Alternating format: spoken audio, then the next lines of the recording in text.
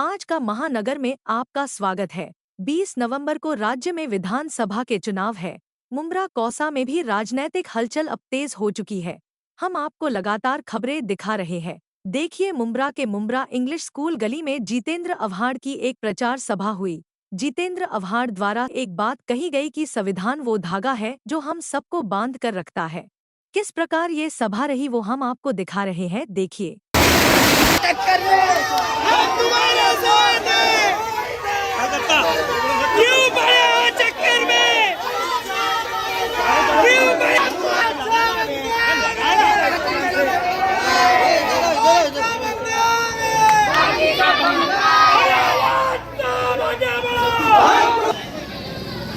अभी बीकेसी में India alliance की सभा थी। मैं भाषण करने के उठा, भाषण शुरू किया, उतने में राहुल गांधी स्टेज पे आ गए, तो मैंने मेरा भाषण रोक दिया और बाद में सब बड़े नेताओं का भाषण शुरू हो गया। सभा खत्म होते ही उधर से भाग निकला, क्योंकि मुझे ये सभा अटेंड करनी थी, आना ही था मुझे। और आपके मोहब्बत में आज ट्रैफिक भी नहीं मिला तो मैं पहुंच गया। ट्रैफिक ही नहीं था। भाइयों बहनों, मैं कोई लंबा भाषण नहीं करने वाला। 4-5 मुद्दे हैं, उतने रख दूंगा।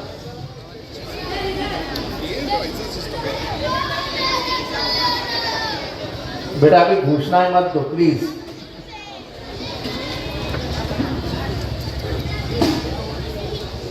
चुनाव की गर्मी बढ़ते जा रही है। जैसे ही चुनाव शुरू हो गया, पिछले बार राज ठाकरे ने नाम लिया था कि सिमी का अड्डा किधर है, मुंब्रा में। पैलेस्टाइन का आंदोलन किधर होता है, मुंब्रा में। मजाक उड़ाते हैं मुंब्रा। आज देवेंद्र फडणवीस ने बोल दिया कि मैं चैलेंज देता हूं उद्धव ठाकरे को कि शिवाजी महाराज का स्टैचू जाके मुंब्रा में बिठा के दिखाओ। तुमको मालूम है ना, जब अपन मुंब्रा एंटर करते हैं अमित गार्डन से, रास्ते से रेती बंदर पे, मुंब्रा रेती बंदर पे शिवाजी महाराज का बड़ा फोटो है। मालूम है ना तुमको? मालूम है कि नहीं है? सबको मालूम है ना? उस पे फुले शाहू अंबेडकर, शिवाजी महाराज की माँ अम्मी जिजा माता, जिसने स्कूल शुरू की पहली महिलाओं के लिए, वो सावित्रीबाई, और हमारे सबसे बड़े संत महाराष्ट्र के जगत गुरु तुकाराम महाराज का फोटो है। तो मैंने जवाब दिया, जब तुम पहचानते ही नहीं हो मुंब्रा कैसा है, तो क्यों मुंब्रा को बदनाम करते हो यार? आपको याद है स्टेशन कौन कौन जाया करता था आज से 15-20 साल पहले? 20 साल पहले ये जाया करता था। तो हमारे स्टेशन के बीच एक मंदिर था, मालूम है? मालूम है क्या? देवेंद्र फडणवीस जी को वो भी नहीं मालूम है। बोले मंदिर कहाँ है? देवेंद्र फडणवीस जी, मुंब्रा में मंदिर था, स्टेशन पे था, और वो बहुत गंदगी में था। हमने मालिक से बात की, मालिक को समझाया कि इस गंदगी में हम मंदिर नहीं रख सकते, हमको यहां से उसको हटाना है। पर हटाना है यानी हटाना नहीं है, बराबर उसके बाजू में स्टेशन पे एक बहुत अच्छा और प्यारा मंदिर बना के हमने दे दिया। कौन बोलता है मुंब्रा में मंदिर नहीं बना सकते हो? कौन बोलता है? तो मुंब्रा को बदनाम मत करो। मैंने उनको कहा कि चंद वोटों के लिए हमारे मुंब्रा शहर को बदनाम मत करो। एक जमाना था मुंब्रा को बदनाम कर करके बैंक नहीं आती थी, एटीएम नहीं आता था, लोन नहीं मिलता था, क्रेडिट कार्ड नहीं मिलता था, मोबाइल का सिम कार्ड नहीं मिलता था। ये सब हालतों से ये मुंब्रा शहर गुजरा है।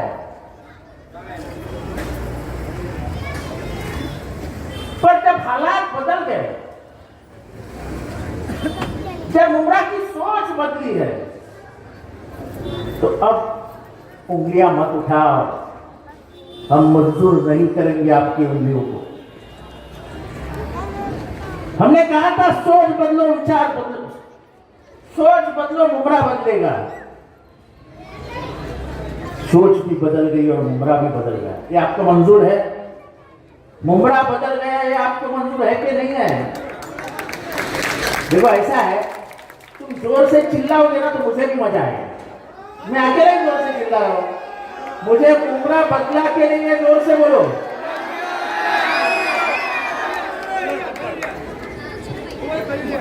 तो मैंने बोला यार, मैंने उनको बोला देवेंद्र फडणवीस जी, एक काम करिए, आप हमको पुतला दीजिए, आप हमको जमीन दे दीजिए, और सरकार की पुतला बनाने के लिए बहुत परमिशन लगती है, बहुत। मैंने कलवा में थाना से बड़ा पुतला लगाया। ये थाना पे बहुत ज्यादा बात करते हैं ना बीजेपी शिवसेना। थाना में बहुत पुराना शिवाजी महाराज का पुतला है, वो तालाब के पास। उससे बड़ा तो अपन कलवा में बिठाए, और उसका उद्घाटन किसने किया था? राष्ट्रपति प्रणब कुमार मुखर्जी ने। तो ये सब बातें हमें मत समझाओ। मैंने कहा एक पुतला दे दो, गवर्नमेंट की जमीन दे दो, सब परमिशन दे दो, बिठाने का काम मेरा, वो भी मुसलमान मेरे भाइयों के हाथ से बिठाता हूं, वो सब आएंगे और उद्धव ठाकरे आके स्वागत करेंगे। चलो दे दो मुझे। अरे क्यों बदनाम करते हो? कोई यहाँ मुसलमानों का, शिवाजी महाराज का दुश्मन नहीं रहता है। सबको मालूम है कि शिवाजी महाराज ने अगर जमीन किसी को दी थी तो इनके गुरु थे याकूब बाबा। इधर रत्नागिरी का कोई है क्या? रत्नागिरी केळशी माहिती है? केळशी, केळशी नाम का एक गांव है, उधर एक सूफी संत रहा करते थे याकूब बाबा। शिवाजी महाराज ने अपना इनाम पत्र उनके नाम पे लिखा और 722 एकड़ जगह उस याकूब बाबा को दी। जब अफजल खान को उन्होंने मारा तो उनके हाथ में जो वागनखी थी, वो जो उन्होंने पेट में डाला, तो किसने बना के दी थी मालूम है आपको? रुस्तम जमाल नाम का मुसलमान था, उसने बना के दी थी। शिवाजी महाराज की जो उनको औरंगजेब के दरबार में बुलाया तो शिवाजी महाराज और किसी को लेके नहीं गया, शिवाजी महाराज साथ में लेके गए उनके बहुत ही प्यारे सैनिक मदारी मेहतर को, जो खुद मुसलमान थे। जब मदारी मेहतर को यह शक होने लगा कि शिवाजी महाराज को ये मार डालेंगे, तो उन्होंने शिवाजी महाराज को कहा कि महाराज आप इधर से निकल जाइए, मैं देखता हूं क्या होता है। फिर शिवाजी महाराज ने बीमार होने का बहाना किया, फिर जान बचाने के लिए उन्होंने कहा कि मुझे फल फ्रूट बांटना है। तो हर 1 घंटे के बाद बड़ा डिब्बा निकलता था फल फ्रूट का। एक दिन उसी डब्बे में बैठ के शिवाजी महाराज निकल गए और उनके जगह जाके मदारी मेहतर सो गए। बाद में मदारी मेहतर का क्या हुआ ये मुझे मालूम नहीं है, लेकिन ऐसे जाबाज सिपाही शिवाजी महाराज के साथ थे जो उस संग्राम में लड़े थे। कोई शिवाजी महाराज का दुश्मन मुसलमान नहीं था, मुसलमान उनके अपने मुसलमान उनके साथ संग्राम में खड़े हो जाते। तो ये डर क्यों दिखाते हो उनको? ये डर क्यों दिखाते हो? आज सवाल करने के बाद अभी तो कोई जवाब नहीं आया, जवाब आएगा तो दे दूंगा जो देने का है, वो अपन तो देते ही रहते हैं। पर जो माहौल खराब करने का काम है वो बड़ी जोर से चल रहा है। क्योंकि मालूम है माहौल खराब नहीं करेंगे तो जीतेंगे नहीं। ये वोट जिहाद, वोट जिहाद, वोट जिहाद, ये हिंदुओं को भड़काने का था। क्या है वोट जिहाद? आपको भी मालूम नहीं होगा।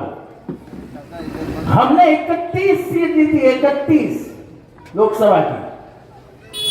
मैं 5 गिन के बताता हूं। गढ़चिरौली 5% मुसलमान, चंद्रपुर 5% मुसलमान, रामटेक 7% मुसलमान, नासिक 8% मुसलमान, दिंडोरी 6% मुसलमान। कहां गया वोट जिहाद? ये तो अमन पसंद हिंदू और मुसलमान इस देश में एक हो गए और तुमको बराबर फंसाया, क्योंकि सबको पता चला है कि तुम सिर्फ धर्म का इस्तेमाल दुश्मनी करने के लिए निकालते हो।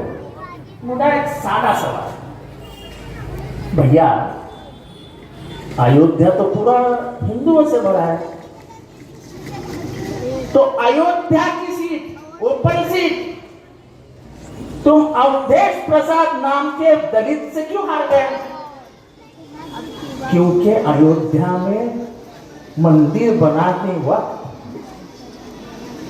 हजारों हिंदुओं के घर तोड़े गए और उनका मुआवजा भी नहीं देने उन्होंने दिया, तो आदमी चिढ़ेगा नहीं क्या? तुम्हारे बाप के नौकर है क्या वो? जो 200-200 साल पुराने उनके मकान थे, एक दिन में आपने साफ कर दिया। बड़ा अंतरराष्ट्रीय कार्यक्रम किया राम मंदिर के नाम से। हम भी राम से उतनी मोहब्बत करते हैं जितने आप करते हैं। पहले ही बारिश में इतना लीकेज हुआ कि सिर्फ राम लल्ला दरोज सुबह उस बारिश के पानी से नहाते थे। अब ये बिल्डिंग है, इतना लीकेज तो ये बिल्डिंग में भी नहीं होता होगा जितना लीकेज राम मंदिर में हो रहा है। क्यों धर्म का इस्तेमाल करते हो राजनीति में? राजनीति में काम करने वाले को काम करने दो, जो काम करता है वो जीतेगा। क्यों कर रहे हो सब? और फिर अभी ये महाराष्ट्र में आ गए। रत्नागिरी का कौन है? रत्नागिरी का अरे तुम कोकण के ही हो क्या? तुम्ही पण कोकणातले?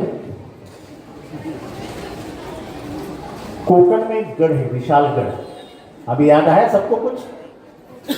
और विशालगढ़ पे ऊपर एक दरगाह है, वो बना था 10,058 में, 1058 में।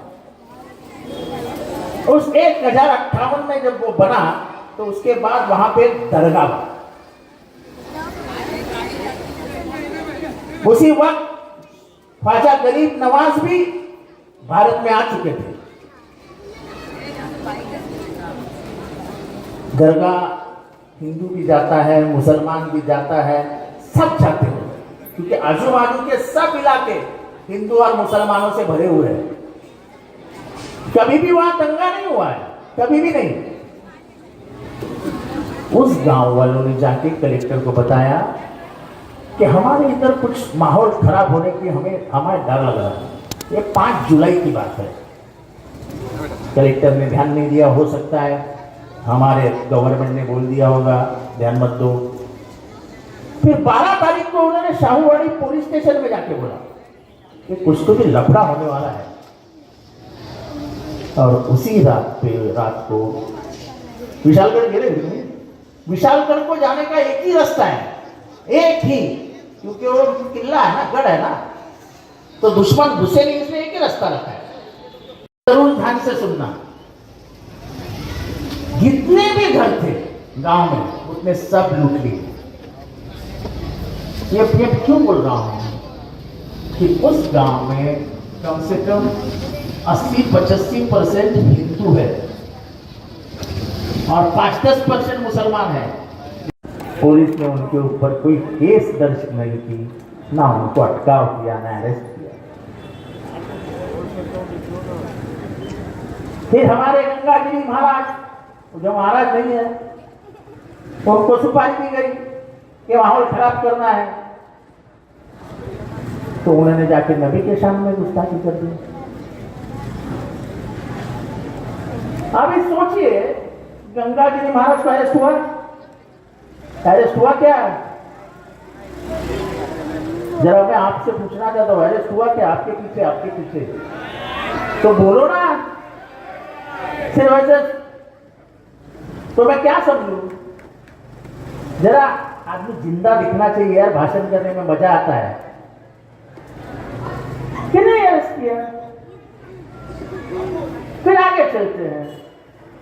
ट्रेन में वो मणियार चाचा को मारा, बड़े बेरहमी से मारा। एक रफीक कामदार नाम का हमारा पत्रकार मित्र है, उसने बताया कि तुम जरा चले जाओ उधर जल्दी। मैं वहां पे गया, देखा तो चारों को जामीन हो गया था कोर्ट में। तो ऐसा कैसा नहीं जामीन हुआ?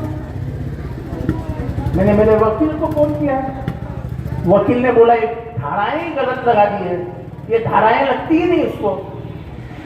फिर मैंने उनसे झगड़ा शुरू किया, तो मेरा रंग रूप देख के वो इंस्पेक्टर बोला भाई हम कल कोर्ट में अर्जी करते हैं और तुम जो बोल रहे वो धाराएं लगाते हैं। दूसरे दिन कोर्ट गए, कोर्ट ने उनका जामीन कैंसिल कर दिया। हाँ, अब मजा आएगा, अब मजा आएगा।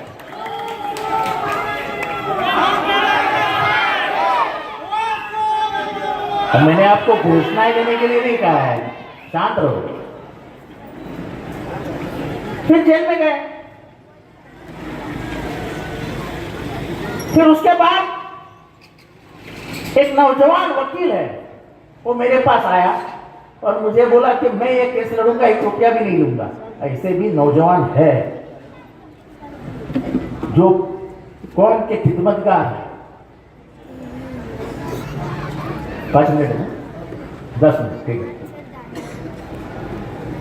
उसने हाईकोर्ट में अपील डाला और आज भी वो बच्चे अंदर है।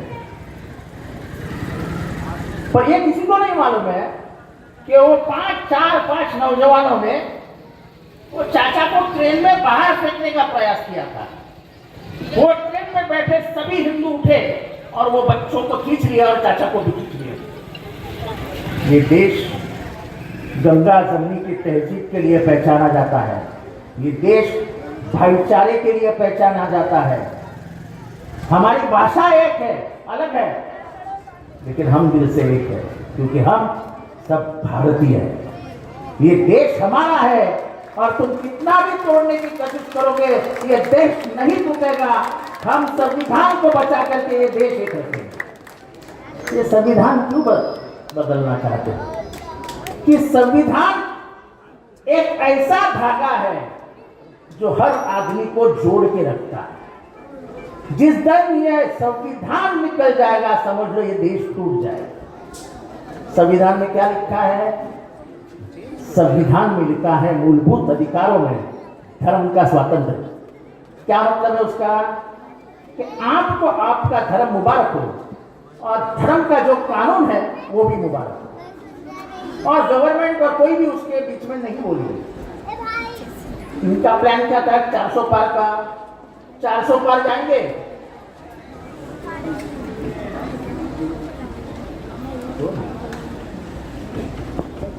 लेंगे तो शरीयत कैंसिल हो जाएगा, मुसलमानों का क्रिश्चियनों का बाइबल कैंसिल हो जाएगा और सब तहस नहस हो जाएगा। लेकिन भारत की जनता ने बराबर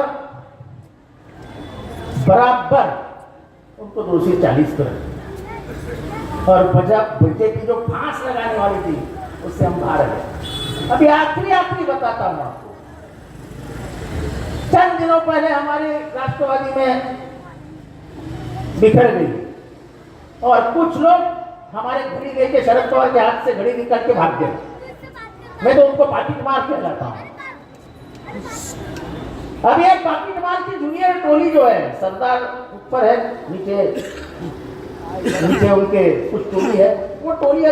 ये सब जो बातें बोल रहे हैं ना, उसके ऊपर मुझे ज्यादा नहीं बोलना है। बात इतनी ही है कि ये देश अगर बचाना होगा, हमको मोदी को हटाना है। जिसने वक्त की हमारी जमीनें खाने को देखा है उसको हम बाजू में कर देंगे। वक्त की जमीनें हमारे जिम्मेदारों ने हमारे सुल्तानों ने, हमारे अमीरों ने, हमारे बड़े बड़े अमीर लोग के लिए उन्होंने इस्लाम के लिए दिया, मदरसे के लिए दिया, मस्जिद के लिए दिया, कब्रिस्तान के लिए दिया है। अब उनके कलेक्टर बांटेगा। इसका मतलब क्या हो गया कि मुसलमानों की जो धन की जमीनें हैं वो मुसलमान रेंगते हुए कलेक्टर के पास जाए और हाथ फैला कर बोले हमको कब्रिस्तान के लिए जमीन दो। अरे हमारी बाप की जमीन है, सरकार को क्या लेना देना हमारी जमीनों से। और इसलिए हमारी बहन ने पहला विरोध किया लोकसभा में कृपया और हम इसको विरोध करते रहेंगे, वक्त की जमीन हम जाने नहीं देंगे। और इसीलिए महाराष्ट्र में इंडिया अलायंस को जीता, जिसकी मीटिंग में अभी सफलता करके यहाँ आया हूँ। और यहाँ पे महाविकास आघाड़ी का मुख्यमंत्री बिठाओ, उसमें आपका अपना भाई जितेंद्र आव्हाड को वहां पहुंचा, जो हमेशा आपकी आवाज बनाए, वो आवाज वहां बरकरार रखने के लिए मैं इताई का बटन दबा के आपका वोट मांग रहा हूँ। सिर्फ याद इतना दिलाता हूँ, जरूर एक काम कीजिए, सुबह उठ के 1 नंबर चिल्लाते रहो। मेरा बटन 1 नंबर, अपना वोटिंग मशीन पे नंबर 1 है।